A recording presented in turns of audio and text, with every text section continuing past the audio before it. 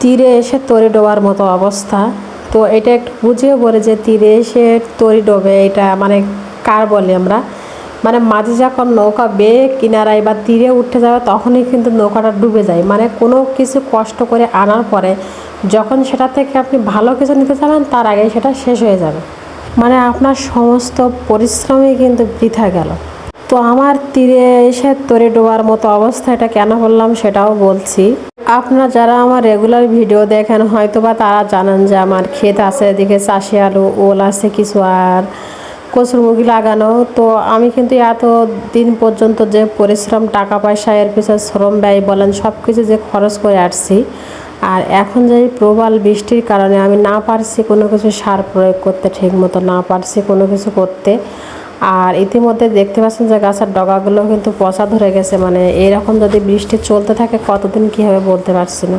একটা কৃষকের সফলতা কিন্তু সেখানে যখন একটা ফসল ফলিয়ে সে ঠিকঠাক বাজারজাত করতে পারে এবং মুনাফা অর্জন করতে পারে। তো যাই হোক, আমি আমার গ্রামীণ জীবনের দৈনন্দিন কাজগুলো কিভাবে গুছিয়ে করি সেটাও কিন্তু শেয়ার করব।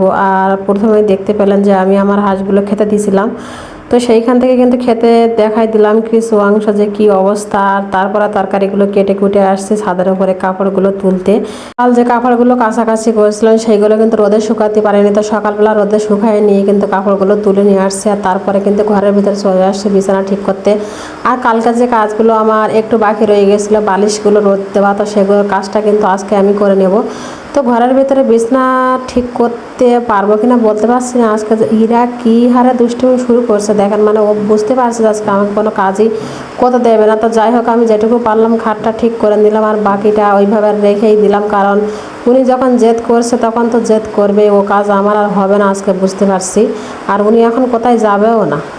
তো আমি এখন ঘরের ভিতরটাও কিন্তু ভালোভাবে ঝাড়ু টাড়ু দিয়ে নিচ্ছি। ঝাড়ু দিয়ে কিন্তু ছাদের ওপরে চলে যাচ্ছে। এই যে বালিশগুলো ছিল কালকে রোদে দিতে পারিনি, তো সেই বালিশগুলো কিন্তু আজকে একটু রোদ দিয়েছি, কারণ বৃষ্টির সময় কিন্তু রোদ হলে আমার মনে হয় যে কাপড় চোপড় কী কেচে দেবো, কী শুকাবো, বা ঘরের ভিতরে আর কি আছে যেগুলো পরিষ্কার করা যায়, শুকানো যায়, যত শুকাতে পারি ততই ভালো। কারণ বৃষ্টির দিনে ভেজা ভেজা কাপড় চোপড় পরতে একদমই আমার আনইজি লাগে। আমি কেন জানি এটা সহজভাবে নিতে পারি না।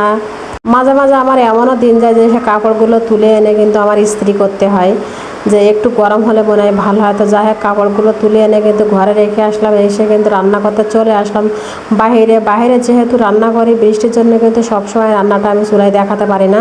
আর রান্নাঘরটা করেছিলাম তো ওটা মনে হয় আমার আর কপালে নেই, কি আল্লাহই জানে, কি মানে মিস্ত্রিদের যে কী অবস্থা কাজ করাইতে গেলে মানে পায়ে ধরার মতো অবস্থা। আর এই অবস্থা যে কতদিন চলবে তা মানে আল্লাহ পাকই ভালো জানে। তো এদিকে কিন্তু তুরুর রান্না করতে দিয়ে আসলাম, আমি দিয়ে কিন্তু বাসনগুলো মেজে নিচ্ছি। মানে যে প্লেটগুলো ছিল স্টিলের, তো সেইগুলো মেজে নিচ্ছি। আর স্টিলের প্লেট কিন্তু ছাই দিয়ে মাজলে সবচেয়ে বেশি পরিষ্কার হয়। স্টিলের দস্তা আপনারা যতই ছাই দিয়ে মাজবেন ততই কিন্তু পরিষ্কার হবে। আর একটা কথা বলে দেয়, যদি ছাইয়ের সাথে একটু বালি দিতে পারেন, মোটা যে বালি সিলেকশন বালি থাকে ওটা যদি দিতে পারেন তাহলে কিন্তু খুব ভালো পরিষ্কার। আর ওই বালি না থাকলে এমনি যদি কোনো গাঁথার বালি থাকে সেটাও দিতে পারেন। আর বালি যদি না থাকে, কারো যদি ইট গুঁড়া থাকে, মানে শুটকি যেটা বলে আমরা, যে ইট ভাঙানোর পর যে গুঁড়াটা বেরোয় ওইটা দিয়ে কিন্তু মাঝামাঝি করলে খুব ভালো পরিষ্কার হয়। আজকের ভিডিও এই পর্যন্ত এখানেই শেষ করছি। সবাই ভালো থাকবেন, সুস্থ থাকবেন, আল্লাহ হাফেজ।